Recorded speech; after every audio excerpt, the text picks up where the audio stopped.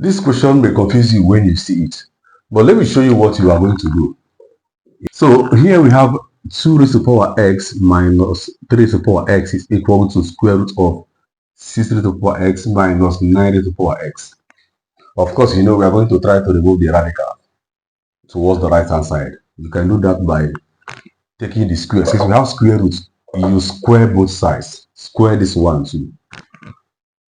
If you do that, you know that this and this will be neutralized. We have 2 raised to the power x minus 3 raised to the power x raised to power 2 is equal to 6 raised to power x minus raised to power minus 9 raised to power x.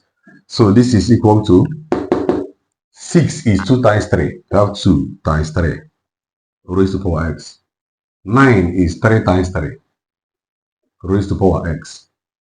This is equal to 2 raised to power x times 3 raised to power x minus 3 power x multiplied by 3 raised to power x. This is 2 raised to power x minus 3 power x squared. This, and this are the same thing. So what do we do again? Let us see how we can factorize here. Let's see if we can factorize here. Alright, we have here 2 raised to power x minus 3 power x raised to power 2 is equal to 2 raised to power x is here. The common factor here is 3 raised to power x. So if I bring out 3 power x here, what I'm left with here is 2 raised to power x minus this one. What I have here is 3 raised to power x. You see, we can have 3 raised to power x here. We have 3 raised to power x here. There are two ways we can use to solve this. Either we divide both sides by 3 raised to power x, or we bring this one toward this side. I prefer this method. So here we have 2 raised to power x minus 3 raised to power x squared. This one, if I bring it to the left hand side, it becomes minus 3 raised to power x. 2 raised to power x minus 3 raised to power x is equal to 0. So we can now factorize here. The common factor between this and this one is 2 raised to power x minus 3 raised to power x. Look at it now. 2 raised to power x minus 2 raised to power x is the common factor. Let's bring it out. If this one divides this one, what remains is 2 raised to power x minus 3 raised to power x. If you use this one to divide this one, the only thing remaining here is minus 3 raised to power x. Let me put this one in brackets. This is equal to what? 0. So it is either that this one is equal to 0 or this one is equal to 0.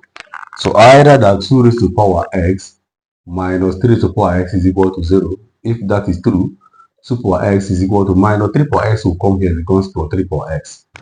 So we solve this one to get our value of x. What do? You can divide both sides by 3 power x. This one by 3 power x. This one and this one have common exponents. You write it like this. You can express it in this way. Then this will divide this, you have only 1 here. So if we can make the base of this one and this one to be equal, we'll get our value of x. And the base is 2 over 3. 2 over 3 raised to power what will give you 1. That is 0. So we have 2 over 3 raised to power x is equal to 2 over 3 raised to power 0 is equal to this one. So the base are equal and therefore the exponents are also what? Equal. So our value of x is equal to what?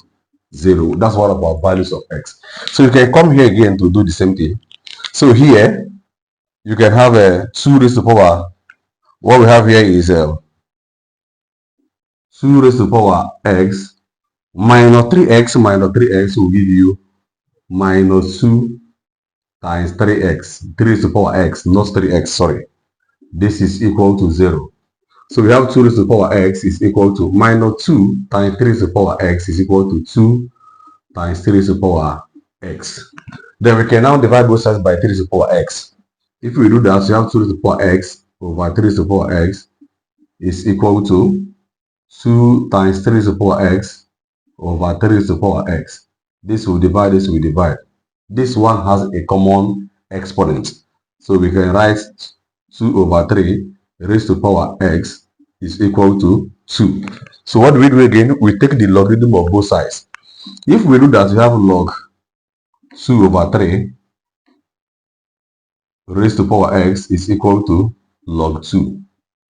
So we can bring our x here. So we have log 2 over 3 is equal to log 2.